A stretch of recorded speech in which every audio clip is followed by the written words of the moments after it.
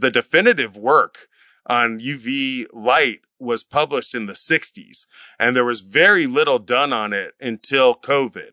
And just this year, NIST, the National Institute of Standards and Technology, helped to fund and coordinate multi-manufacturer, multi-medical expert studies, and they've compiled them all into the first really definitive UV book since the 60s.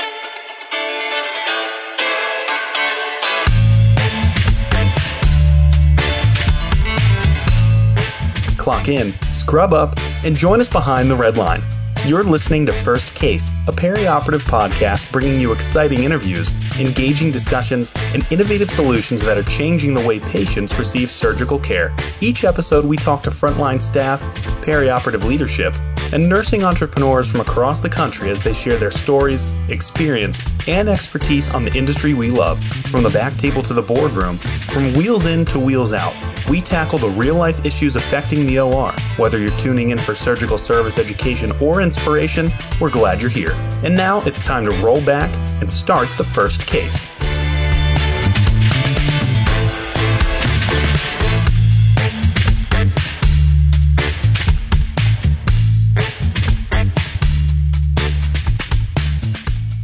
This week on First Case, we speak with Bradley Whitchurch, founder, CEO, and chairman at SealShield, and also the host of the Clean Talk podcast. And Melanie, you and I are very familiar with Clean Talk, as we have both been guests on Bradley's podcast, and it's also live every single week. So he does a great job with it.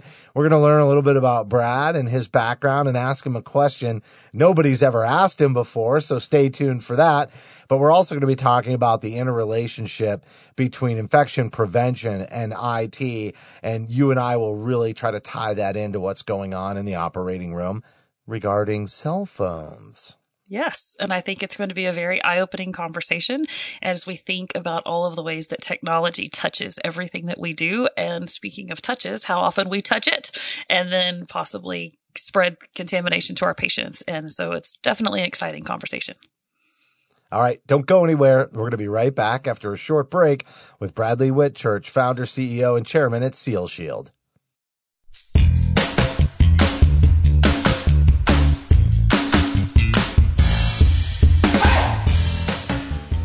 I'm Melanie Perry. And I'm Justin Poulin. A 17 Studios production, you're listening to First Case.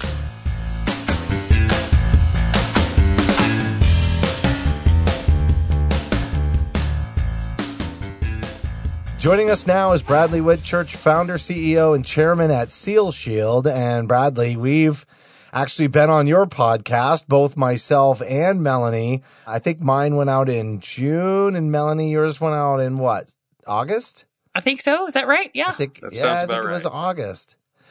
So finally, we get you on our show. This has been in the works for a little bit, and you're doing great work at SealShield, but also with the podcast as well. So I want to welcome you to the show. And I thought you could talk about the podcast a little bit too as we get started. Sure. Well, it's a real pleasure, Justin and Melanie, to get to be on your show as well. And yes, we appreciate you appearing on Clean Talk, the infection control podcast. And that's been a real passion project for me personally and for our team over at SealShield. We've been doing the podcast for just a little over a year now, I guess, and we film live every Wednesday, 3 p.m. Eastern time. And the purpose of the podcast is to provide a platform, an agnostic platform for people with an interest in infection prevention, infection control. So we get infection preventionists on there. We get technology development specialists, people who are innovating new solutions around infection prevention. We have a host of senior healthcare administrators. So it's really a wide variety of people that share the passion for infection prevention. Yeah, and you kind of just highlighted what we're going to be talking about today, which is really connecting the dots or bridging the gap between infection prevention and IT. And, we're also going to put this in the context of the operating room for our audience here on First Case. But I thought we could also talk about your background, Bradley, like all the way to forming a podcast. Did you have any radio experience before, or did you just kind of say, I love listening to podcasts and I want to do it myself? Well, that's a great question. And I don't think I've addressed that before, but I was a little bit of a child actor, did a bunch of theater work, and I was actually the international voice of Buster Brown for Buster Brown shoes. So from a very young age, I guess I was laying the groundwork for my future podcast stardom, if you will. So yes, in fact, I did have a little bit of experience that has come into play. That is hilarious. A very, very funny story with Buster Brown shoes. I've never heard anybody else bring that company up, but when I was little, that was the only place that my mom could buy shoes for me because my feet were so narrow that unless she went to Buster Brown, I did not get shoes that fit. And I still remember their stores, but oh my gosh, what a small world to be connected to that brand again. That's so funny. I was Buster Brown. That's awesome. I was shooing you at a young age. Very much so. Bradley, that's hilarious. I mean, yeah. I could tell that you must have had some voice training, voice acting, something, because you can just hear the naturals out there when they speak. And you stood out to me. I was like, he's either got it like totally naturally or he's had some training. I think for you, it's probably been a little bit of both. So I can't believe you got me to confess the Buster Brown thing right out of the gate. Wow, you guys love I can't believe nobody's asked you. Right. Nobody's asked. That's awesome. Well, let's talk about, infection prevention and let's talk about IT because, I think really in a lot of cases, we don't really see how those interrelate. I mean, we talk a lot about it in terms of like medical devices and, there obviously many of them are reprocessed, not all, but many medical devices are reprocessed and they might be technological, but I don't think that's really what we're going to be talking about necessarily today. So why don't you help put this into context for us about this relationship between IP and IT? Well, it's actually a critical relationship. And you're right, Justin. A lot of people don't even think about that relationship in terms of healthcare settings, but it's absolutely imperative. And it's been really one of the keys to our success at my company, SealShield. At SealShield, we're an infection prevention solutions provider. We've innovated solutions like waterproof keyboards and mice that can be disinfected in a healthcare setting. We have antimicrobial screen protectors, which are UV resistant to protect equipment from UV disinfection. And we have a UV disinfecting device for mobile devices. It uses UVC LED radiation to disinfect mobile devices such as your cell phone or tablets, or really any mobile device in healthcare. And the proliferation of mobile devices and IT technology in healthcare has really created this need for infection prevention to protect those devices and protect the users of those devices in a clinical or a healthcare setting. So that's really what we've been focusing on, and that's where the connection begins. So, I've heard this term a lot, high touch surfaces. Now, high touch surfaces, that terminology's been around long before touch screens, right? But now we find ourselves, with the technology. And would you say that keyboards and smartphones and touch screens are some of the highest touch surfaces that can enter a healthcare environment at this point? I mean, doorknobs, maybe door handles, like. Of course, the studies now support this. In 2004, Dr. Gerba from the University of Arizona came out with a study that said that the average keyboard has 400 times more bacteria than a toilet seat. And follow-up studies in healthcare facilities, including Dr. Ratala's study at University of North Carolina, found that as many as 25% of the keyboards in the hospital setting tested positive for MRSA. And when you think about the superbug, so when you think about it, it's a natural kind of cross-contamination point. Everyone's touching it, and skin cells and hair follicles fall beneath the keys, and they actually incubate. And they've been shown in many healthcare settings to be actually very dangerous devices. So I would recommend for any healthcare practitioners to have a protocol around disinfecting their keyboards and mice as a common touch surface. And many facilities have tracked hospital infections back to their keyboards and mice. And it's really known now in hospitals that the keyboards and mice are a primary cross-contamination point. So you think about it as a circulator, if you're in the operating room and your job, they've done the surgery, they're operating, you're at that computer and you're charting. How often do we finish charting and then run over to go help get the patient off the table, help with those last dressings? But are we disinfecting our hands before we go help? Or, I hope we're putting on gloves, but we're touching these keyboards and touching these things and not even thinking about the fact that we have touched something that's not something I think that any of us consider being so contaminated. And then we're going over to a freshly dressed surgical patient's wound. And here we are possibly exposing them to even more infection. It's an interesting thing to think about where we might be contributing to infection. That's right. And of course, gloved hands may protect the practitioner, but they don't protect the patient if you pick up a cross-contamination pathogen from a keyboard or anywhere else. Or if you keep your gloves on and go chart again and then come back. That's right. I've seen it. So we recommend that you disinfect your hands, wash your hands before using the keyboard and mouse, that then you disinfect the keyboard and mouse after using it so that you break the chain of infection, and then wash your hands again. How often is that actually happening? Probably not as much as it should. And that's why you have to have a solid protocol around cleaning those common touch devices. And it's well known now in the hospitals about the problems around keyboards and mice, but it's logical that the emerging concern is around mobile devices. So hospitals are implementing ERP systems, as you guys know, medical record systems, and all those systems are highly mobile device centric. So it's made us more efficient as practitioners in a healthcare setting. But now we have this mobile device, our cell phones, that some have said are the most dangerous device in healthcare, because now you have a device that's going to multiple areas of the facility that other devices just don't do. And unless you have a process around disinfecting those mobile devices, there's going to be increased issues with cross-contamination infections in hospitals. Yeah, you just think about it. Your cell phone's in your pocket. It goes to the bathroom with you. It goes to the break room. It goes to your patient's room. It goes to pre-op PACU. Everywhere that we go. And then it might go home with you, right? Exactly. And that device, we're really fastidious, hopefully, about our shoes and not wearing our shoes home and having shoes that we change out before we go into the operating room. But that cell phone goes with us everywhere. And it's kind of scary to think about how many germs are all over that thing. That's right. And of course, being able to disinfect IT equipment requires special consideration. A lot of people are using UV robots now, have become in vogue for disinfecting whole rooms. However, they don't usually tell you when you buy the UV robot, but when you put it into the room, you have to turn all the monitors away because the UV radiation can actually go through those OLED screens and destroy the instruments inside those monitors.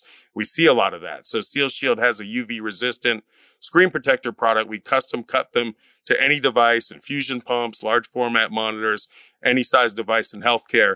And then with those screen protectors on there, you can use harsh disinfectant chemicals and use UVC radiation without concern. So the implementation of all these IT devices that make us more efficient has just added another layer of complexity around our infection prevention efforts. But there's an interesting dynamic as well, because, until COVID, there really wasn't a lot of budget assigned to infection prevention. And IT has big budgets, right? So what we've been able to do, and one of the keys to our success at SealShield, is we have solutions that solve a problem not only for IT, but for infection prevention. Infection prevention is usually the champion for those solutions, and then IT has the budget. So you can buy a keyboard and mouse, which you need to do to go with your computer system, but if you can buy a keyboard and mouse that helps the infection preventionist mission, then that's a win-win. And so we've seen that successful infection prevention companies have been able to leverage the healthcare IT budget to implement some of those potentially life-saving solutions for infection control. Yeah, I think about pre-op and post-op too, Melanie, right? Especially, although the monitors piece is seriously still a concern in the operating room. There's so many monitors that are up there as well. And this also kind of brings up I don't know if you guys follow the infusion pumps. That's infusion pumps are so, everybody's touching the infusion pump. The infusion pumps have a 200-page manual and on how to clean them. And the last page of the manual it says, don't clean the screens. Because if you clean the screens, which is the touch part of the infusion pump, it etches out the screens and they become cloudy and you can't use them anymore. So there's a dirty little secret. Every hospital has a room full of hundreds of thousands of dollars worth of equipment that they have rendered unusable through their disinfectant practices. And with a simple addition of a screen protector, now you can clean those screens, you can protect from the UVC radiation and protect that expensive equipment. Asset protection is a big deal for these healthcare systems as they determine their budgetary needs. Well, everybody's under a squeeze right now too, but you're really kind of highlighting something that happens a lot, which is that technology has traditionally outpaced the cleaning. And I think a lot of it does have to do with the fact that, IT has a big budget, surgical services is a revenue generator, so the technology drives.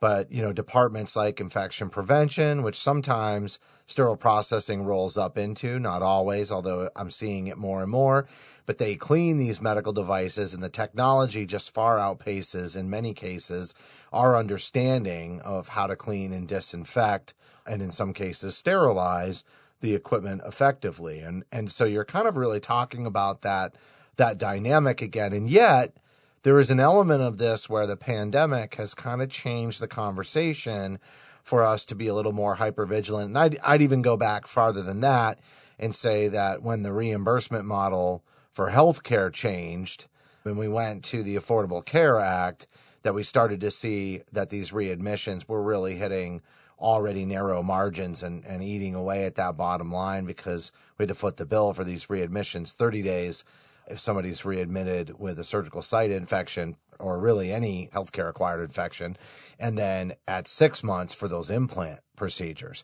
And so that really started to ding us, in healthcare pretty hard. But at the same time, I don't think it necessarily changed the budgets. I think the pandemic started to elevate it.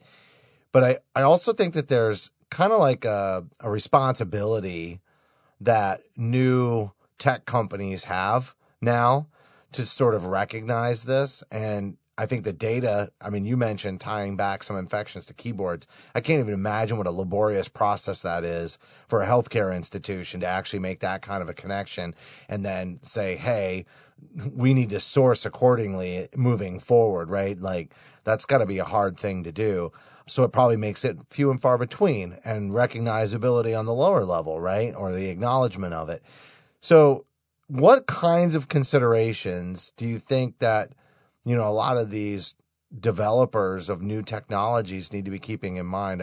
Obviously the high touch surfaces, but just in general, cleanability, the ability to have chemicals, material durability, like what are the top line considerations here? Absolutely. And to your point, we see technology coming out, and particularly during COVID, we've seen manufacturers go back and update their IFUs for enhanced cleaning protocols so that those devices can actually be viable during a pandemic. And we've seen a lot of the probe and wand solutions come out with new IFUs using UVC radiation disinfection. And this is an emerging technology that is now becoming quickly mainstream, really got a boost as a result of COVID and for off-label applications such as disinfecting N95 masks. So we had a shortage of N95 masks. They had to be reused, which is not their intended use case. And so they were using UVC radiation to disinfect those masks, even though it's off-label. And again, we see manufacturers with medical devices now addressing, even in hindsight, in some cases, how you can best disinfect these devices to prevent cross-contamination infections and to make them viable during a pandemic. So that's been interesting to see that kind of rapid change in focus around these devices. And to your question, there are things that are now being thought of in the development process. We get calls often for consultation around waterproofing devices or using antimicrobial polymers in devices so that the plastics may be less resistant to cross-contamination infections. Nobody was thinking about this a couple of years ago, and now it's really part of the development process. So, Brad, I want to go back just a little bit and do a little bit of explaining and educating, just in case anybody's not really familiar with UVC radiation. Can you talk about that process, how it works, what it is? Yeah, absolutely. So UV light, which we get from the sun, has a broad spectrum. There's UVA, UVB, UVC, but the spectrum of UVC has been shown to be germicidal. And so now UV light generators, either mercury bulbs or LEDs, they even have UV fluorescence, are being utilized in a host of disinfecting devices, from device disinfection like the Electroclave manufactured by SealShield to whole room disinfection systems like the UV robots that are now becoming in vogue. And it is absolutely effective. The CDC has published data on the amount of UV energy required to kill each pathogen. So depending on the pathogen, you need more energy over more time or less energy over less time, depending on the pathogen. But all those studies have been completed now. And so it is known today that UVC radiation is a viable disinfection alternative. There are some limitations to UV light because it is light. It's subject to shadowing, right? So if you're falling in the shadow, you're not getting the kill rates. It's also the energy is greatly decreased through reflection. So it's light. Unless you're getting the direct intensity of that light, you're going to have a dramatically decreasing effect on the efficacy of the pathogens exposed to that light because of the rapid decrease in energy from reflection. So there are some challenges with UV light, but definitely viable. And I think you're going to see a lot more development around that technology. You know, I was going to ask you about the shadow effect because I was aware of that. And, you know, in some ways, this is an emerging technology, but the truth is the technology has been around for a really long time. I thought you could also educate on the history here, but I want to also just footnote before we do that, you know, that it's amazing to me that we hadn't done the testing on the kill of the various microbes and even viruses, right? So it's not just bacteria, it's viruses as well that testing is, and really the pandemic expedited that part of it. It's amazing to me that kind of testing had never been done, knowing that this technology has been around a long time and that it has been used for disinfection, maybe just not in the same applications that we're discussing these days. Is that true? To your That's understanding? absolutely right. There's been UV light used in food processing for a number of years. We've known that UV light, and particularly UVC, can be highly successful as a disinfection modality. But the definitive work on UV light was published in the 60s, and there was very little done on it until COVID. And just this year, NIST, the National Institute of Standards and Technology, helped to fund and coordinate multi-manufacturer, multi-medical expert studies, and they've compiled them all into the first really definitive UV book since the 60s. That book is available through NIST right now on their website. And it's interesting to see that this technology's been around for so long, but now as a result of the pandemic, it's getting greater awareness. And there's a lot more development going on in UVC right now.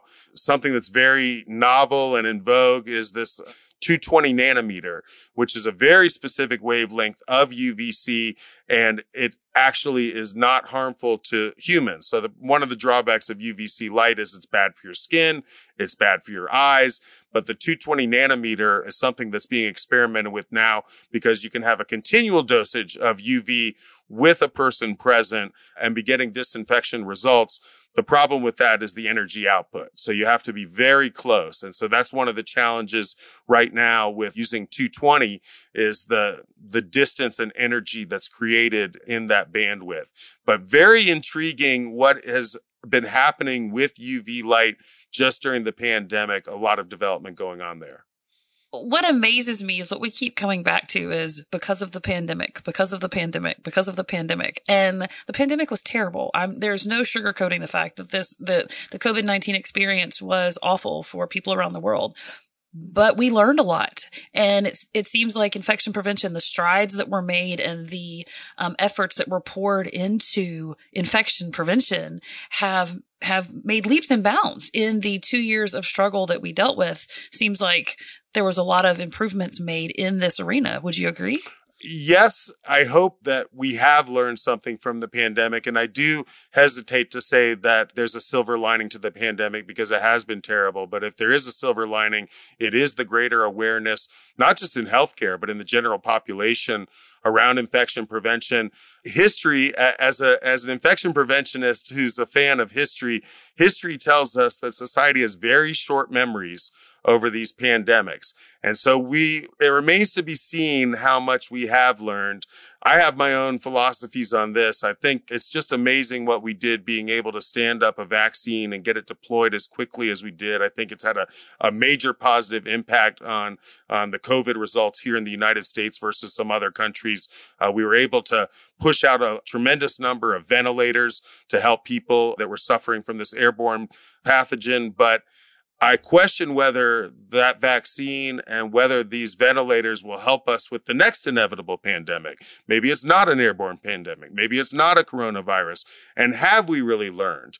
I would have liked to have seen standards coming out outside of the healthcare community. What is the chemical that restaurants should be using? What is the dwell time that they should be using in the general public to make us all feel safer?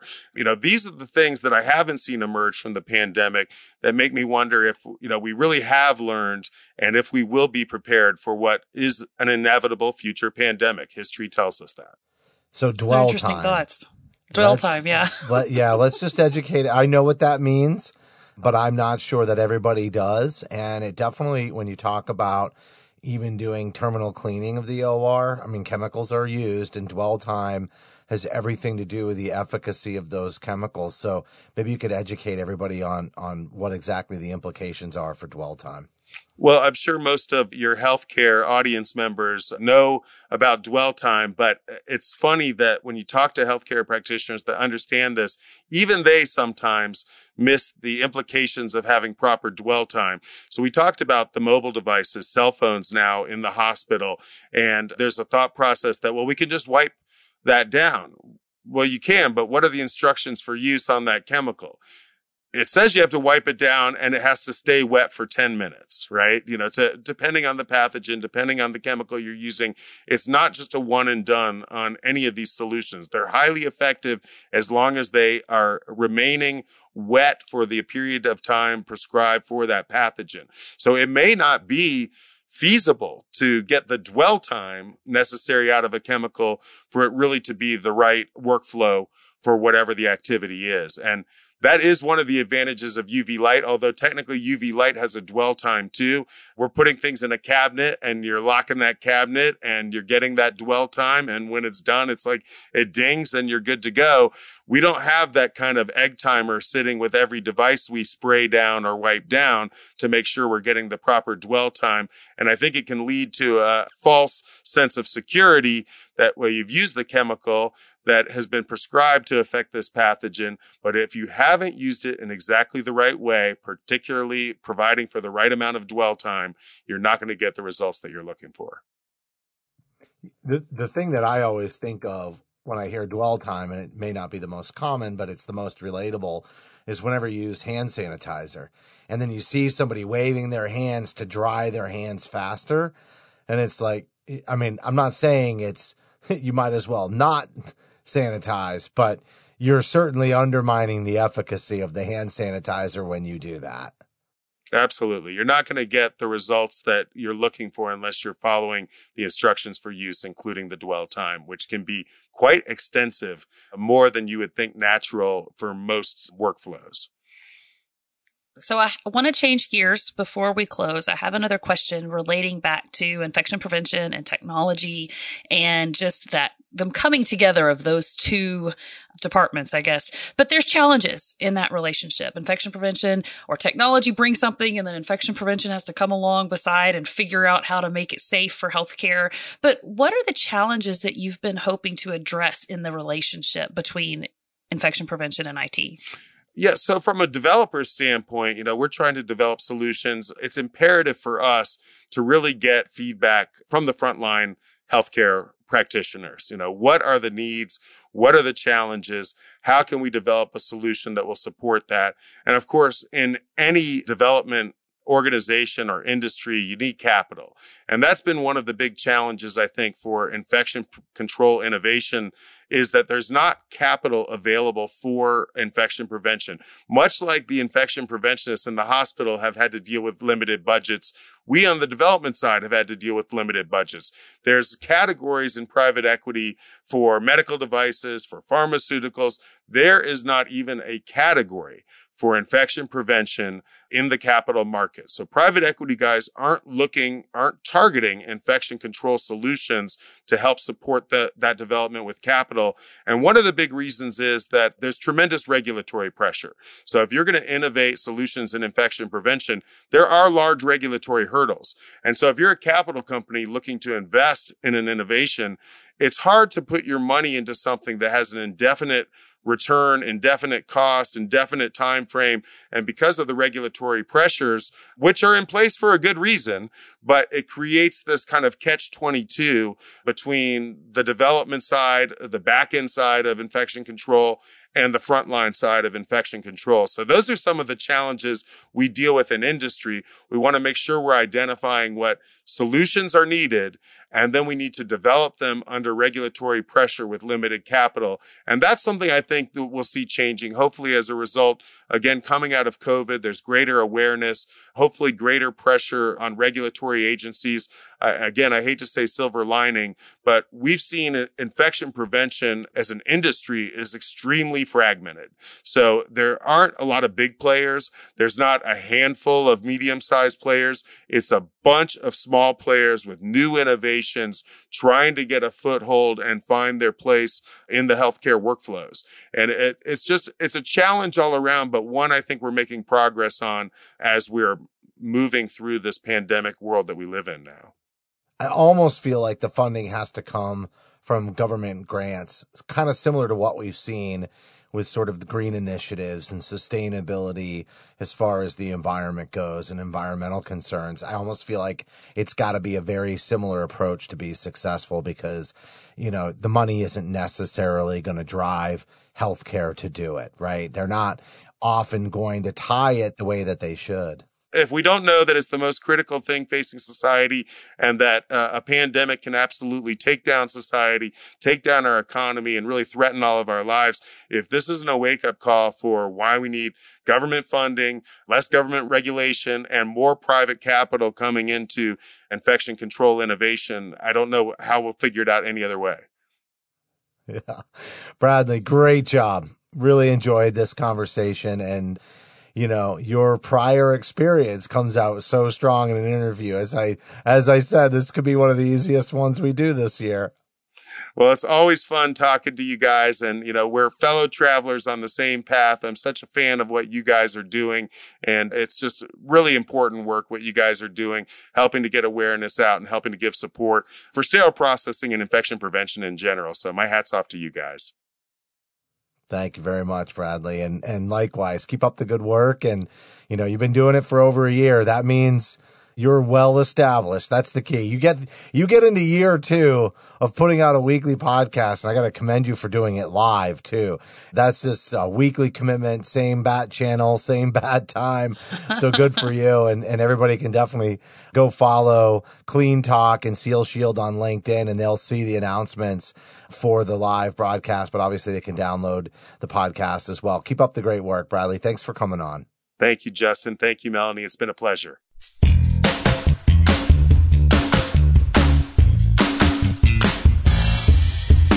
That was Bradley Whitchurch, founder, CEO, and chairman at Seal Shield, and also the host of the Clean Talk podcast, which Melanie, you and I have both separately had the opportunity and pleasure of joining Bradley for, and always an engaging discussion. I really think, though, the meat of this one for the operating room is cell phones. And while I realize nobody that's scrubbed in a case is getting on a cell phone, we do have a patient that's on the table that has a new, wound that's very subject to post-operative infection. And, are the cell phones not in use in the operating room? Let's paint that picture. So reality says that cell phones are not supposed to be in use, but we all know that they are. They're in a pocket or they're sitting on the shelf, and they get checked and they get looked at, and we touch them, and then we don't always disinfect our hands afterwards. And we go off and we work on patients. We help with dressings or do whatever we do. And we are possibly inadvertently spreading contamination to our patients with the things that we're touching. You know, the thing that kind of freaked me out too was, I can't remember the statistic that he said exactly, but he brought up, you know, the percentage of keyboards, I think it was, that had MRSA on them. And I realized he didn't tie that necessarily to cell phones, but the cell phone is a keyboard. It might even be a more frequently used high touch device, and one, to your point, that we even think less about. I mean, he was saying before you use a keyboard, you should disinfect your hands, and then after you use the keyboard, you should disinfect the keyboard. If we extrapolated that same best practice to the cell phones, that is definitely not happening. No, absolutely not. And I think our cell phones would quit working with all the exposure to the chemicals from constantly cleaning them. It just wouldn't work. But they'd go in that hospital graveyard he was telling us about, because they'd film. Fortunately, everybody upgrades their cell phone in every 18 to 24 months, so probably never catch up to them that way. What an interesting discussion this was, you know, just a little bit off the beaten path for us, but always bringing, you know, kind of different content. And again, I think anybody can really relate to the cell phone conversation. It's going to be a challenge to infection prevention, not only in the operating room and in healthcare facilities, but in the general public as well. Yeah, it's a good eye-opening conversation to have, to think about everything that we're touching, everything that we're interacting with, and how what we're doing plays a part in the well-being of our patient. Whether it's something we're touching or an action that we're performing, it all can affect our patient, and we want to make sure that we're having a positive impact on our patients. It really comes back to those hand washing fundamentals that when we go to nursing school, those of us who are nurses, you know, I think every single class through the first 2 years, they teach you how to wash your hands again. And yet here we are with the cell phones that very, very similarly are undermining, you know, in so many ways that best practice. So, all right. Well, that's going to do it for this week's show. As a reminder, you can support First Case, but you've got to do that by subscribing on Apple, Amazon, or Google Podcasts. So if this is your first Case podcast, make sure you're subscribing. And if you're not a big fan of Apple, Amazon, or Google, you can also find us on Stitcher, iHeartRadio, Spotify, and actually, you can pretty much find us on any podcast application. So just search for First Case on your favorite one. You can also access bonus content, but here's the trick. You've got to download our smartphone app for iPhone or Android, which is definitely our preferred way to listen to the First Case podcast. If you click on an episode, you're going to see that there's a gift box. If you click on the gift box, if there is bonus content for the episode, that'll bring it right up. And while you're there downloading the app, we'd love a rating and a review because your feedback's important to the show. And finally, speaking of feedback, you can email us at info@firstcasemedia.com. And that's if you've got a recommendation for a guest, you've got a recommendation for a topic, or you just want to tell us how this is impacting your daily practice. We'd love to hear from you. Thanks for listening to this week's episode of First Case.